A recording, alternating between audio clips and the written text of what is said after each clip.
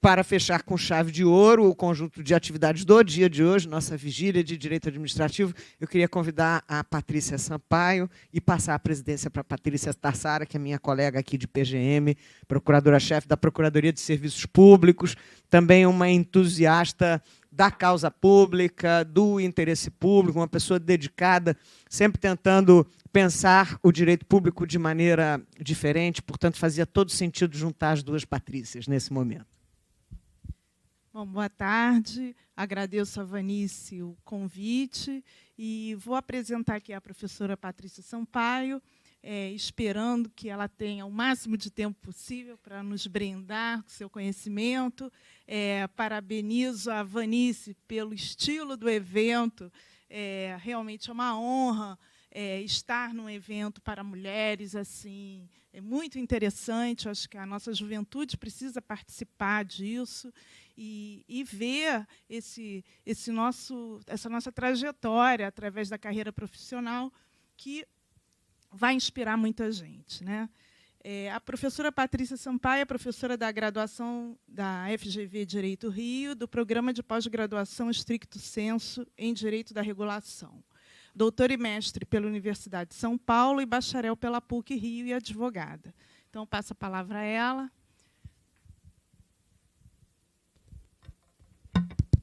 Alô? Bom, boa tarde a todos. Gostaria de começar agradecendo imensamente ao convite da professora Vanice. É realmente uma honra poder estar aqui encerrando esse verdadeiro show das poderosas, né? Que seja realmente a primeira de muitas edições, porque eu já tive a felicidade, né, de ter estudado na graduação em livros de doutrinadoras fantásticas. Realmente é um espaço que precisa ser ocupado. Então, eu não poderia deixar de começar realmente parabenizando. Acompanhei toda a parte da manhã. Infelizmente, tive que me ausentar à tarde, um pedaço por conta de aula na graduação, mas a chuva não nos deterá. Fui na enchente, voltei na enchente, então é um prazer muito grande. Sempre acho passador. E a ideia um pouco aqui desse fechamento, né, eu imaginei, enfim, conhecendo o trabalho das professoras que me sucederiam, que a essa altura do campeonato, não é trazer uma análise muito específica sobre a lei, certamente não traria muitas novidades, porque os pontos centrais já teriam sido tratados. Então, a minha apresentação vem aqui para um debate, né, um pouco provocativo, com essa ideia de onde viemos e para onde vamos, ou agência reguladora por quê e para quê. E aí eu queria começar dizendo o seguinte, né, o sumário da ideia aqui que eu trouxe para discutir com vocês é esse aqui, né, regulação por quê? Regulação porque existem falhas de mercado. Então, temos problemas de monopólio natural, de externalidade, de assimetria de informação.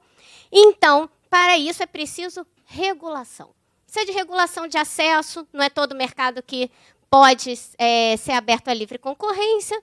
É preciso regulação de informação, é preciso regulação de preço, é preciso regulação de qualidade, sempre que eu tiver uma falha de mercado. Para os mercados cuja falha é apenas poder de mercado ou concorrência imperfeita, eu tenho a regulação transversal da defesa da concorrência. Aí, qual foi a novidade? Então, na linha de que não há muitas novidades, né, a novidade, né, professora Raquel, é que nos anos 90, nós fizemos uma opção por um grande programa de desestatização. E a opção está ali, entre aspas, porque para uns foi realmente uma opção, foi fruto de um querer ideológico que acreditava na posição de que o mercado é melhor provedor desses bens e desses serviços, ainda que necessitem ser regulados, do que o Estado. Mas uma outra perspectiva vai dizer que era uma necessidade, não havia mais de onde tirar recursos para investir, especialmente nos setores de infraestrutura, né? Então, fomos atrás dos investidores privados, e aí foi nesse contexto que se disse, bom, é preciso garantir segurança jurídica, né? E para garantir segurança jurídica, então, eu vou trazer um novo instituto, que é a figura das agências reguladoras, com uma diretoria colegiada, porque é mais difícil capturar, não é uma diretoria colegiada do que um diretor isolado, porque 5 cabeças pensam melhor que uma, então eu reduzo o erro regulatório, dou estabilidade a essas pessoas, até porque elas vão gerir contratos de longuíssimo prazo quando comparados ao tempo dos mandatos presidenciais e de governadores e municípios. Acontece que, como eu vou tentar mostrar, e muito já foi falado aqui ao longo do dia de hoje, a implementação das agências reguladoras sofreu muitos percalços, de modo que nós chegamos a 2019 com uma série de problemas detectados e uma grande oportunidade, que é a nova lei. Mas, ainda assim, a nova lei, como muitas das que me antecederam já disseram, é uma lei que traz uma autonomia relativa. Né? É relativa, e aí nós vamos ter que ver, não é? Vamos usar o que tem de bom da lei para aprimorar a institucionalidade, mas ainda precisaremos dar alguns passos, né, para trás. Mas não na apresentação. Na apresentação a gente anda para frente, né? Ué, não, porque só com esse. Sim, tá certo. Né? Então, da onde viemos e para onde vamos? Não podemos nos esquecer, não é, do que veio antes dos anos 90. Né? Então, antes dos anos 90, nós tínhamos um país cuja inflação chegou a 2.477% ao ano. Então, era um país hiperinflacionário. Nós éramos um país que decretou moratória em 1987. Então, logo antes da Constituição de 88, né, nós paramos de pagar os juros da dívida externa e nós aprovamos uma nova Constituição e, menos de 2 anos depois da sua promulgação, há um grande pacote do governo federal que confisca, né, ainda que um confisco transitório, não é? O dinheiro some, você tem uma retenção das poupanças, todo mundo que tinha mais do que seria hoje equivalente a R$10.000 na conta, né? Ficaram suspensos e aquilo durante 18 meses esse dinheiro ficava retido e depois ele começava a ser devolvido em parcelas. Isso gerou, né, os expurgos inflacionários desse plano Collor, somados aos que eles tinham precedido, plano Bresser, plano Verão, ainda na década de 80, levou a uma explosão de litigiosidade de mais de 1 milhão de ações judiciais que foram resolvidas 30 anos depois num acordo. Né? Então, o acordo, né, com os principais bancos para os expurgos inflacionários desses planos foi no Supremo em dezembro de 2017. Por que eu estou trazendo, né, esse da onde viemos? Porque é preciso que nós não nos esqueçamos de que os investidores estrangeiros sabem disso. Né? Eles sabem que nós somos um país que 30 anos atrás tinha um histórico inflacionário de moratória e de planos que, né, uns tabelavam preço e aí as coisas sumiam do mercado, outros retinham a poupança e por aí vai. A Constituição de 88, por sua vez, num primeiro momento, era uma Constituição bastante estatizante em matéria de infraestruturas importantes para o país. Então, vamos lembrar que telecomunicações era um setor reservado ao Estado, né? Ou a União explorava diretamente ou via estatais. A mesma coisa, petróleo e gás. Né? O gás canalizado, por sua vez, também era reservado aos estados, que só podia ser operado pelos estados-membros ou por empresas estatais, fora todo aquele cipoal de serviços classicamente definidos como serviços públicos, que na definição tradicional já são, por definição, atividades excluídas do mercado, dependem, né, a entrada no mercado depende de concessão, licitação, de um ato volitivo do poder público que vai definir quantos, como, quando e por quê. Né? Então, no início, ainda tinha a possibilidade, né, prevista no artigo 171 da Constituição de que a lei podia dar privilégios à empresa brasileira de capital nacional e, portanto, né, uma Constituição estatizante e nacionalizante. Começa a mudar o cenário em 93 e 94 com o Plano Real, estabilização monetária. Em 95, né, então, a gente tem aí o primeiro governo FHC, temos um período de estabilização monetária, que começa, né, ainda no governo Itamar. Aí, em 95, há um momento único. Né? Em um dia, nós aprovamos as emendas constitucionais 5 a 8, e depois, em novembro, a gente aprova a emenda constitucional número 9, e, com isso, nós conseguimos agora, então, trazer o capital privado, não é, para setores como telecomunicações, gás canalizado e para o setor de óleo e gás, que até então também era reservado, né, e a Petrobras era a grande empresa executora do monopólio nacional.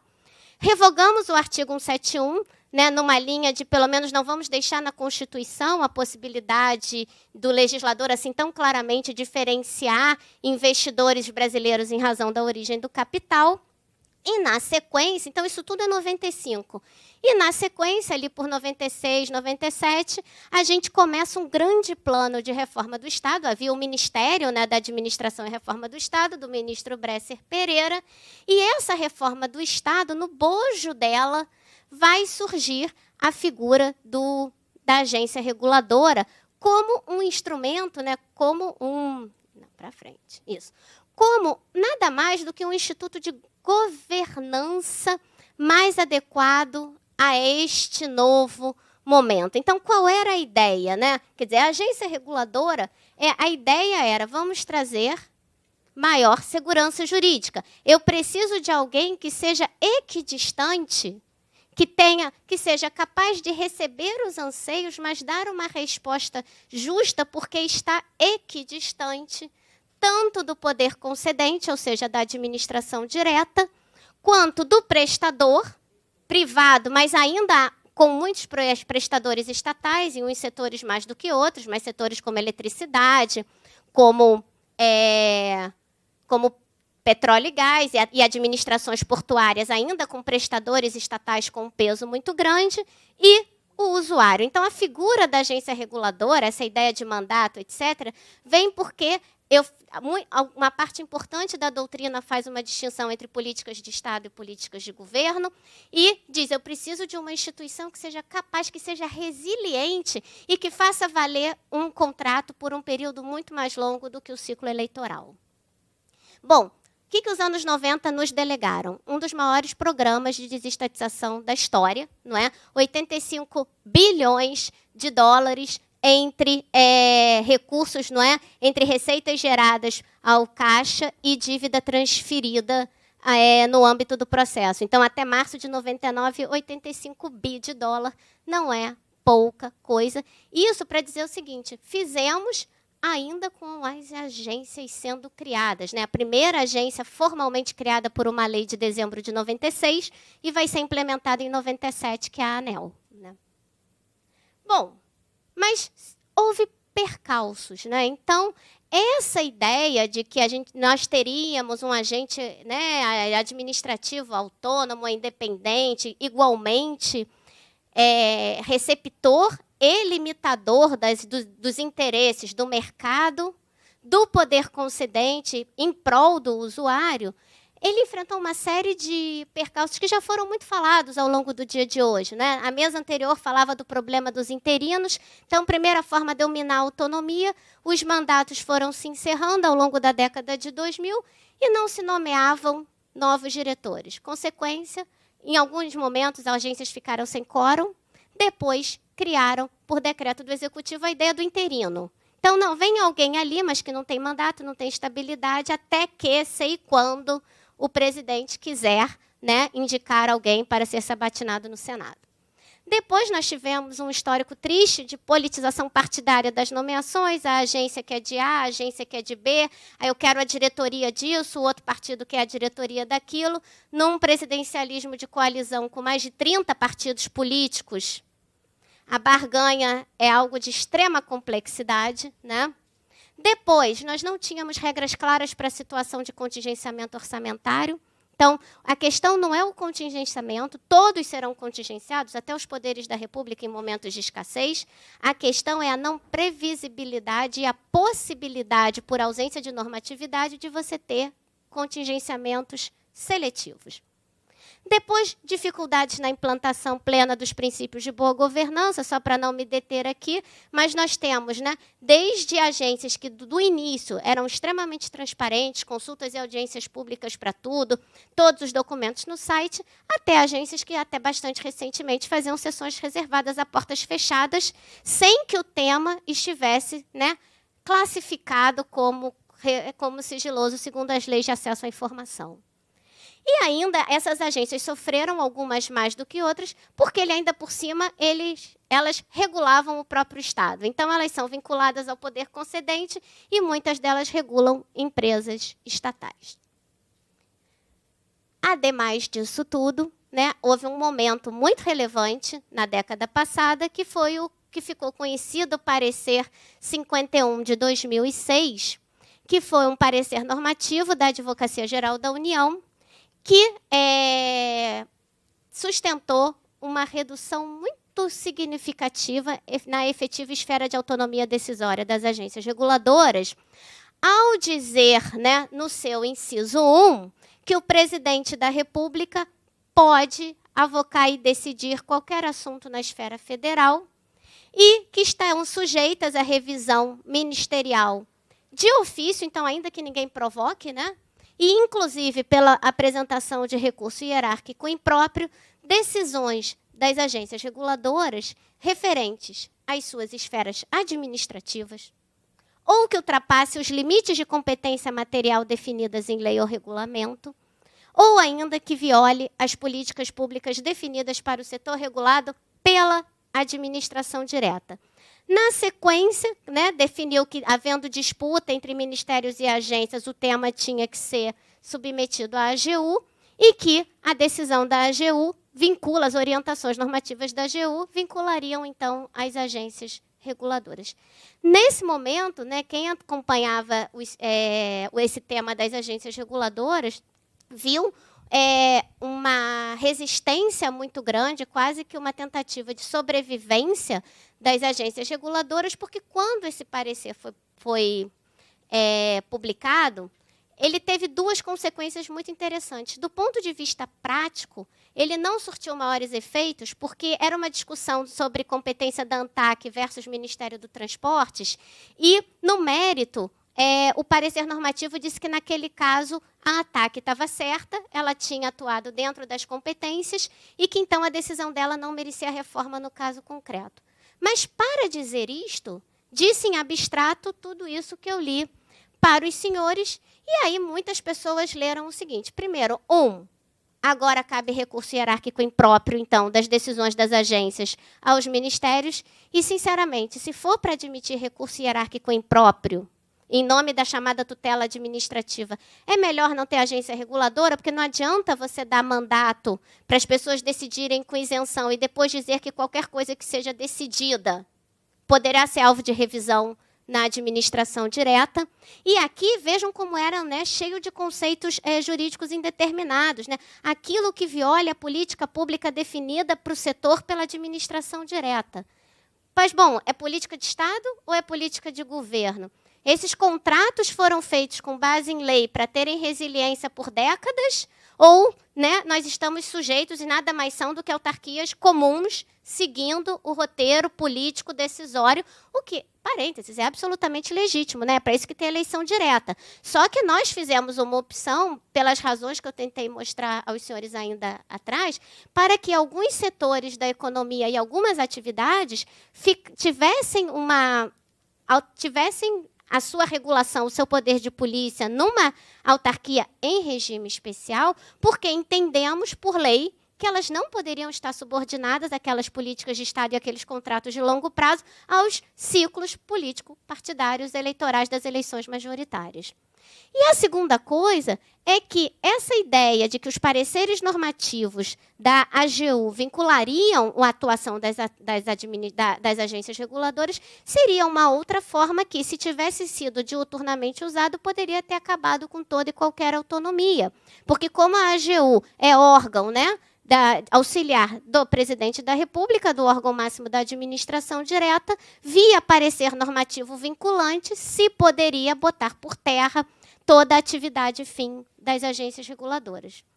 Ainda bem que nenhum desses dois cenários catastróficos se vislumbrou na prática, né? Houve muito poucos casos de pareceres normativos em matéria de agência, e muito poucos casos de recursos hierárquicos sobre temas fim das agências reguladoras. Mas o problema estava lá, e se este entendimento tivesse prevalecido em larga escala, tinha acabado aqui, né? O nosso seminário de hoje teria efetivamente acabado aqui. Além disso, sofremos com, principalmente os setores de infraestrutura, choque de visão entre reguladores. Então, por exemplo, nós temos A regulação de transporte do país é toda fragmentada, só em sede federal nós temos 3 agências. A área de energia também é fragmentada em 2 agências, e ainda tem a ANA, né, que outorga água, que responde por 65% da matriz de geração elétrica do país. Então, houve aqui algumas questões complexas envolvendo, por exemplo, o CAD e as agências reguladoras. Depois, você foi tendo, ao longo do tempo, né, não preciso contar, o papel do TCU se expandindo, fala muito sobre capacidades institucionais, que era o que se discutia um pouco pela manhã, né, poder, não existe lugar de poder vazio, o poder vai sendo ocupado.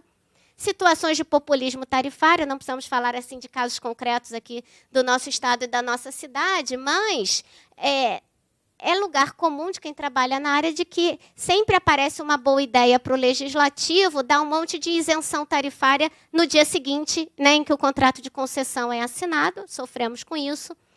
E tivemos mudanças muito bruscas de marcos regulatórios sem qualquer discussão com stakeholders. E cito aqui 2 exemplos. Um foi a frustrada tentativa da reforma do marco regulatório ferroviário pelo plano de investimento em logística 1 de 2012, ia mudar completamente o marco regulatório de transporte ferroviário federal. Ninguém foi chamado a participar antes. E o segundo foi a medida provisória 592 de 2012, que fez também uma brutal modificação no setor elétrico. Bom, aonde isso tudo nos levou? Isso tudo nos levou ao seguinte posição, né? Nós somos o 72º país em competitividade global, em que pese sermos a 8ª, né, economia do mundo. Em instituições, nós ocupamos o nada honroso papel de 93º.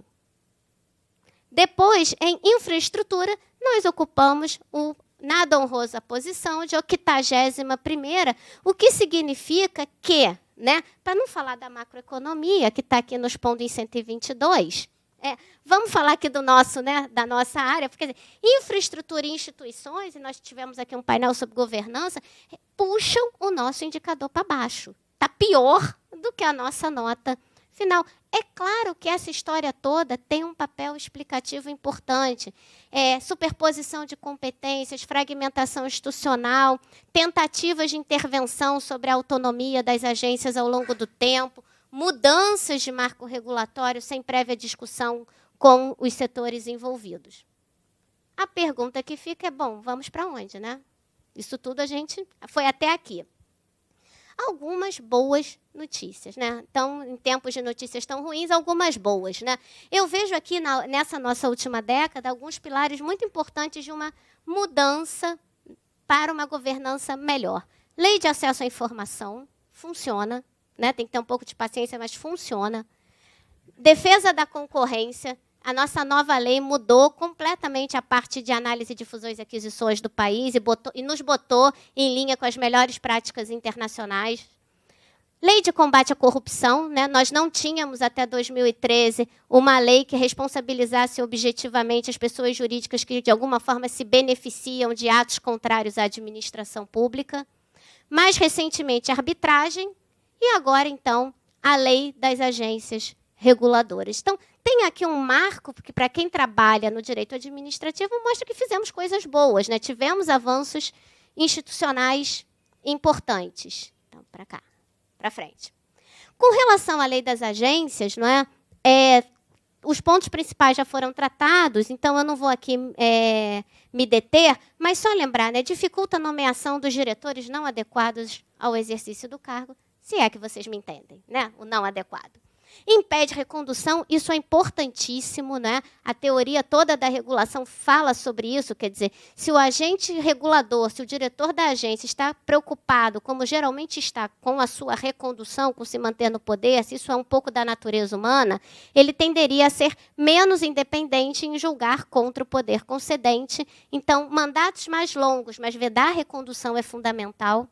Relevância do planejamento, né? Sempre se disse que o Brasil era um país que planejava pouco, pelo menos nessa seara. Agora tem que ter plano plurianual, tem que ter plano anual, tem que ter agenda regulatória, tem que ter consulta e audiência, tem que fazer conta, né? Tem que ter análise de impacto regulatório e normas gerais e normas de ampliação de transparência. Agora, todo mundo tem que divulgar a pauta, divulgar a ata, divulgar relatório da agência reguladora, o relatório final da análise de impacto regulatório e por aí por diante. Agora, a nova lei garantirá a efetiva autonomia das agências reguladoras? Primeiro ponto, eu queria voltar nessa questão da ausência de tutela para fazer uma sugestão de interpretação. Com relação à tutela externa, do Judiciário, do Tribunal de Contas, do próprio posição do Ministério Público enquanto fiscal, né, dos direitos difusos, isso me parece que está posto e nem me parece que a lei poderia mexer muito. Agora, na tutela interna, me parece que há um bom espaço para... Né? Se a gente lembrar que a doutrina tradicional já diz que, né, recurso hierárquico impróprio depende de expressa previsão em lei, ainda que isso tenha sido depois, de certa forma, sopesado por um autor ou outro, pode ser uma boa leitura nós entendermos que a ausência de tutela que está no artigo 3º é a positivação da segunda característica de que, para boa parte da doutrina, é inerente à agência reguladora.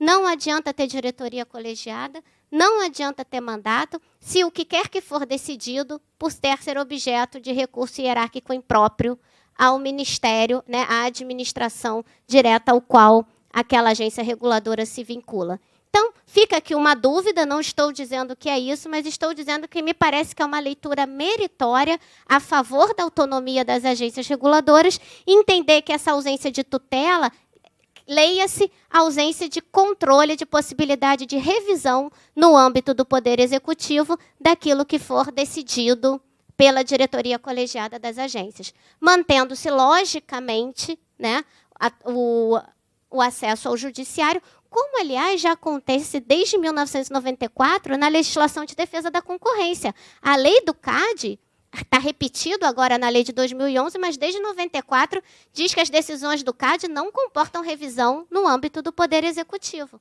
A meu ver, devemos interpretar a mesma coisa para as agências reguladoras, sob o risco de, não o fazendo, continuarmos com aquele cenário de insegurança jurídica de parecer normativo 51.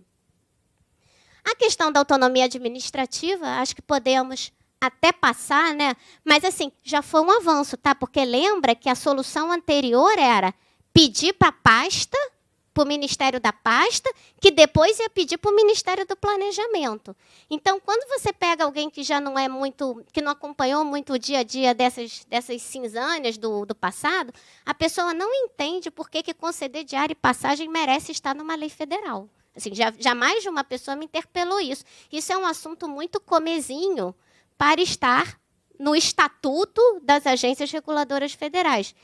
Porque talvez, né, quem pergunte desconheça que, até recentemente, né, para conseguir a missão de uma passagem, etc., estava assim, tendo que pedir para o Ministério, para o Planejamento, etc. E a autonomia orçamentária na gestão orçamentária das agências vinha sendo muito reduzida, e isto aqui, queiramos ou não, é um avanço.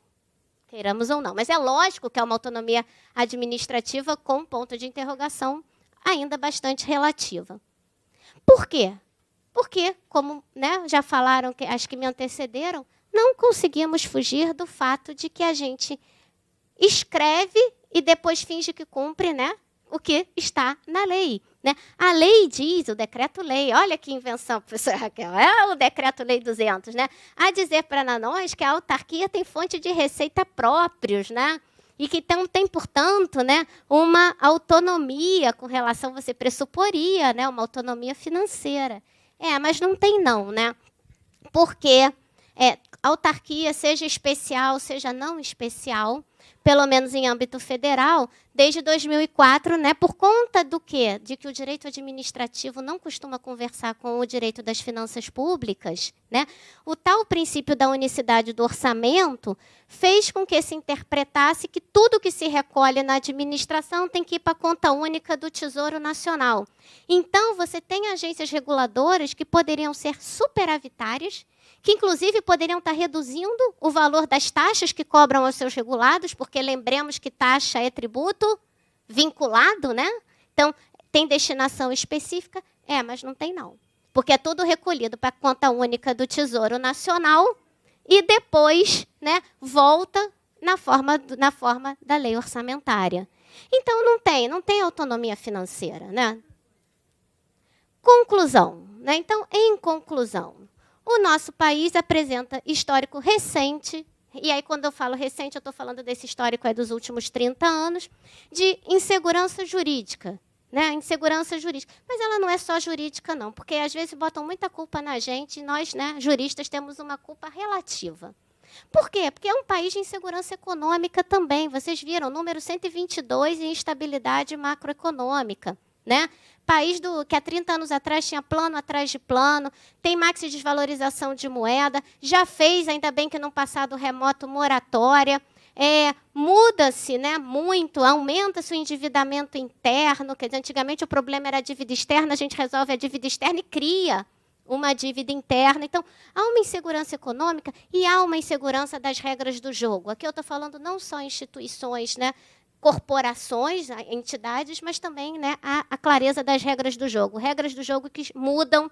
Então, o contrato, o que está escrito? Está escrito isso, mas talvez não seja bem isso, né, seja isso com um pouquinho daquilo. Mas nós temos uma janela de oportunidade. Né? Essa lei não é perfeita, mas, se ela for aplicada, ela traz avanços muito grandes, primeiro em redução de custos de transação, porque, só para você saber qual era a regra que aplicava para cada agência, em termos de governança, em termos de transparência, em termos de dever de consulta e audiência pública, em termos de mandato dos diretores, tem recondução, não tem? Agora está uniformizado. Então, é um ponto muito positivo. Se for implementado todos esses deveres de planejamento da regulação, a começar com planos plurianuais de regulação, né, até a execução da agenda regulatória e a prestação de contas no final de cada ano. A ideia, né, é que as agências reguladoras sejam ilhas de diálogo mais técnico e menos propensas à captura. Elas têm amarras procedimentais que apontam em favor da qualidade da decisão. Faltou, como eu mostrei, houve percalços, faltou algum grau importante de institucionalidade, mas muito avanço foi feito. E se a lei agora vier cumprida, a tendência é que isso se concretize ainda mais. Não é? Então, a mensagem que eu queria deixar aqui é que eu espero que seja uma lei que pegue. Obrigada.